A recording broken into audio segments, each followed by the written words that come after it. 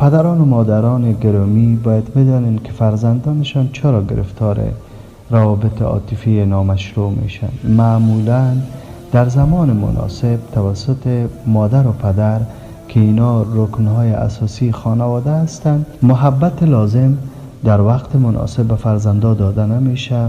با رفتارهای نسنجیده و با رفتارهای حساب ناشده فرزندا را از خود دور میکنن در انفوان نوجوانی و در جوانی. وقتی اینا از ما دور شد، دنبال یک احساس مثبت که او احساس دوست داشته شدن است میگردن. از هر آدرسی در اولین فرصت دریافت کردن اگر طرف مقابل یک شخص بد اخلاق، یک شخص کریه المنظر هم باشه، ولی با جملات عاطفی مثبت دختر یا پسر ما را، نوجوان ما را خام بکنه، قبول بکنه، تا مدت‌های طولانی آدم گرفتار می باشه و تا زمانی که هوشش به سر خودش میآید و متوجه میشه که اشتباه کرده، او وقت بسیار امکانات و پاکیزگی و طهارت و عزت نفس و همه چیز خود از دست داده و تا ما و شما خبر میشیم که اینا شکار شدن.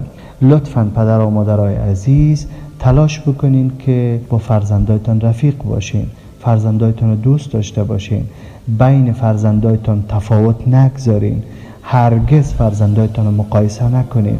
نه فرزندتان رو میان خودشان مقایسه بکنین فرزندانتان، نه هم فرزندانتان با دختر کاکا، بچه ماما، دختر ماما، دختر خاله، بچه خاله، با اینا هم مقایسه نکنین، با همسایه و همکلاسی هایش هم مقایسه نکنین.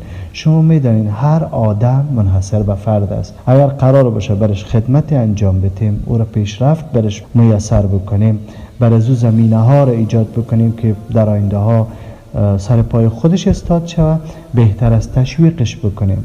هر قدر میتونیم تشویق مناسب، تشویق برابر، به اندازه کاری که انجام میده، به اندازه پاکی که داره، به اندازه صفاییتی که داره، اگر هم نداره برش ایجاد بکنیم. با فرصت ایجاد کردن، با ارزش گذاری و کارهایشان، با ارزش گذاری به اونا بشینیم همراهشون صحبت بکنیم.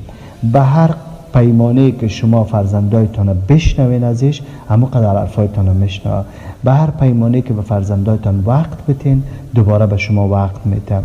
به هر مقداری که به نوجوانا و کودکا شما سوالایشان مثبت، با حوصله، با هوشمندی جواب بتین، به همون پیمانه حرفای شما را گوش میکنن و فردا وقتی یک راهنمایی را در قبال رفت آمدش با دیگرها، در قبال برخوردش با دیگرها و در امور درس و تعلیم و تحصیل و ارتباطاتش شما هر قدر برش هر جمله را بگوین، با کمال میل میشنون و شنیدنشان بدون تردید که پند و نصیحت رویشان اثر میگذاره و رابطه های بیجا با کسی نمی داشته باشه.